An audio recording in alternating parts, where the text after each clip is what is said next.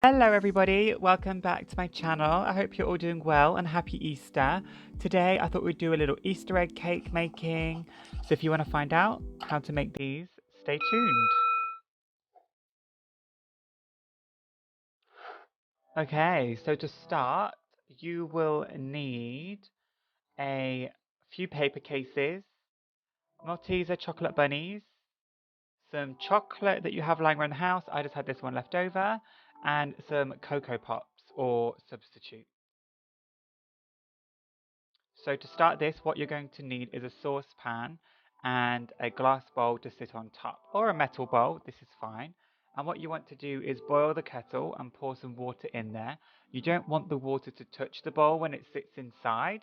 You want to get, as you can see here, it doesn't need to touch. It needs to be just above, as the steam is what will melt the chocolate. This is called a bain-marie. You also need to set your hob to a high temperature to get the water to boil. Once your water has started to boil, you can pop your bowl on top, and then what you can do is you can start to break up the chocolate. This one is caramel-licious, I think, or something like that. It's just more of a richer caramel chocolate. I had some left over, and didn't know what to do with it, as I didn't want to eat it anymore. So once you get into your packet, you want to break up the chocolate, as you'll see me do, yeah. And then you want to put it in the bowl. Break it up into not tiny chunks, just smaller chunks. And then once you've done this, you will have to let the chocolate melt. Keep an eye on your chocolate though, as you don't want the base to burn. If the base burns, this can be quite bad. So you want to be careful with this.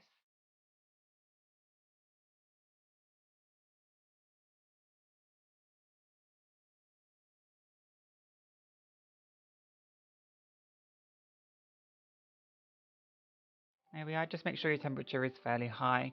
Make sure you're keeping an eye on it as well, just because you don't want it to burn, which can happen very easily.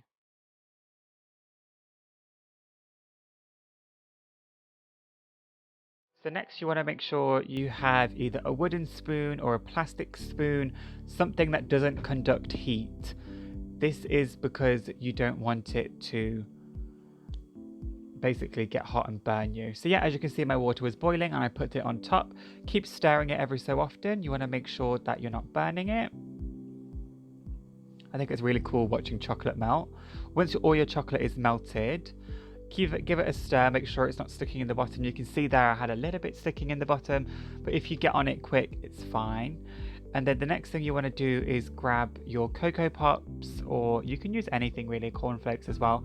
Add some in, and then you want to do this a little bit at a time. So add a little bit and stir, and then you want to add a little bit more, and then a bit more until you get the right consistency. So you will see how obviously I can get loads more Cocoa Pops in there. I end up repeating this process quite a few times. So once we reach that point,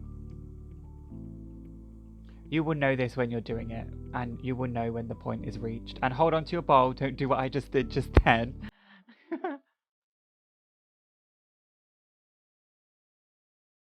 So yeah, just keep on adding, keep on stirring.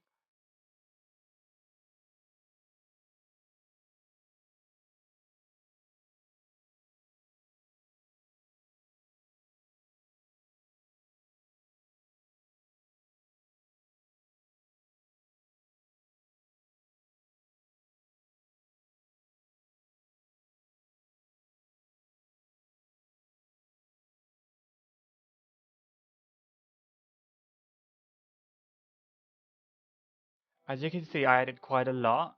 Don't underestimate yourself. When you feel that you have reached your limit, you could probably add a few more. Probably add a few more. So just keep trying until you reach that point.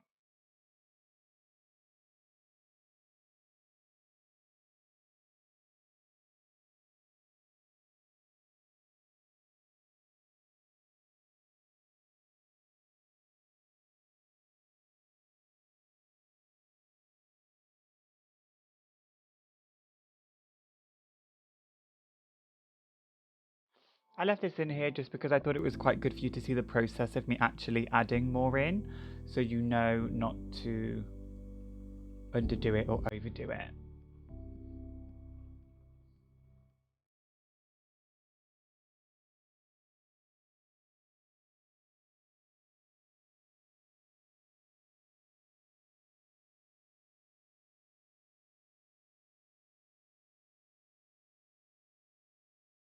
And now, as you can see, we're here. Make sure you put the bowl on something that is rubber or some kind of heat protectant surface on a chopping board, because you can burn the worktop. Now, taking a bigger spoon and a smaller spoon, you want to scoop the mixture out and then spoon it out with the other spoon as well. And you want to just fill as many cupcakes as you can until you reach the point where they're all full.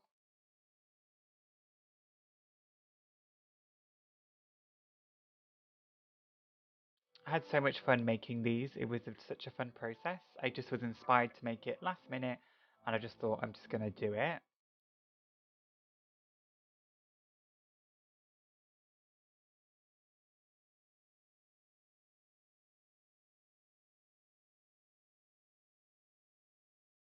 Fill them all up. If you have any leftover, you can always do that. I put it in a tray just because when I pop it in the fridge later, it's going to be much easier.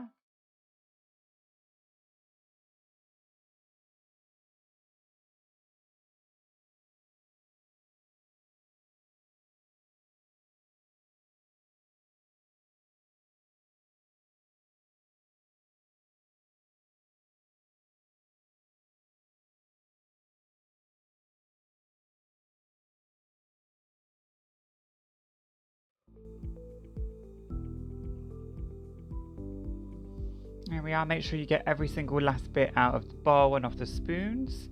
And then what you can do is you can start to decorate with your Easter bunnies. So you want to take, look at me trying to squeeze it in. Honey, it's not going to fit.